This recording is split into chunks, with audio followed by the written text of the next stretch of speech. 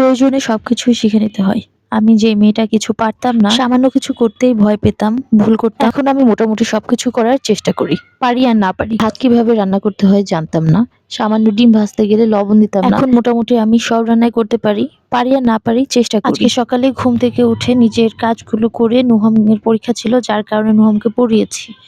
পড়ানোর পরে আমার নিজের পড়ানো ছিল, আমি সেখানে গিয়েছি।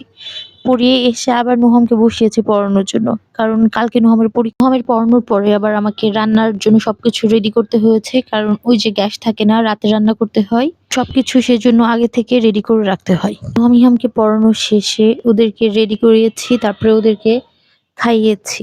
খাওয়ার পরে ওদেরকে ওদের মিসের বাসায় পাঠিয়েছি, কারণ ওদেরও মিস আছে, পড়তে যেতে হয়। আর পরীক্ষার সময় তো শুধু মিসের কাছে পড়েই হয় না, বাসায়ও দেখতে হয়।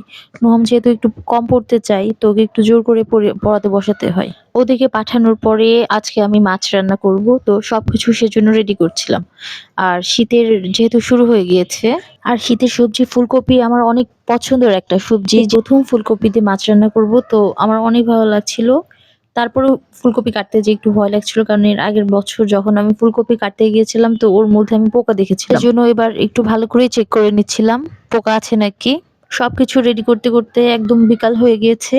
আর এদিকে যে আজকে দুপুরে খাবার খেতে ভুলেই গিয়েছিলাম, ওটাও মনে নেই। সবকিছু রেডি করে রেখে আমি নিজে ফ্রেশ হয়ে তারপর আবার পড়াতে চলে গিয়েছি। আমার আসলে দুই টাইমে পড়ানো থাকে, একটা দুপুরবেলা আর একটা হলো বিকাল থেকে রাত পর্যন্ত। শেষে বাসায় এসে দেখি ওরা দুই ভাই বসে আছে, তো ওদেরকে বললাম চলো আবার পড়াইতে বসি, যেহেতু তোমার কালকে পরীক্ষা। ইহাম একবারই এসেছে, নুহাম আসতে যাচ্ছিল না, আসার পর ওদেরকে বসিয়েছি, দুইজনে দুষ্টামি করছিল যে পড়বে না। তো ওদের পড়াতে বসতে দিয়ে আমি মাছগুলো লবণ দিয়ে ফ্রিজে রেখে গিয়েছিলাম। তো দেখলাম যে কি অবস্থা, শক্ত হয়ে আছে, একটু বাহির করে রেখে তারপরে রান্নার জন্য সবকিছু আবার রেডি করছিলাম।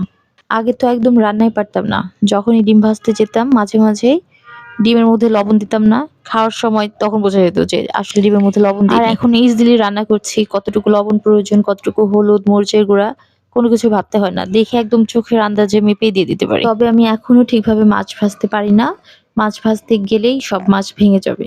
আর আজকে রান্না করতে গিয়েও সেমটাই হয়েছে, মাছ ভাজতে যেয়ে মাছগুলো ভেঙে ফেলেছি। এটাও আমি আস্তে আস্তে করতে করতে শিখে ফেলবো।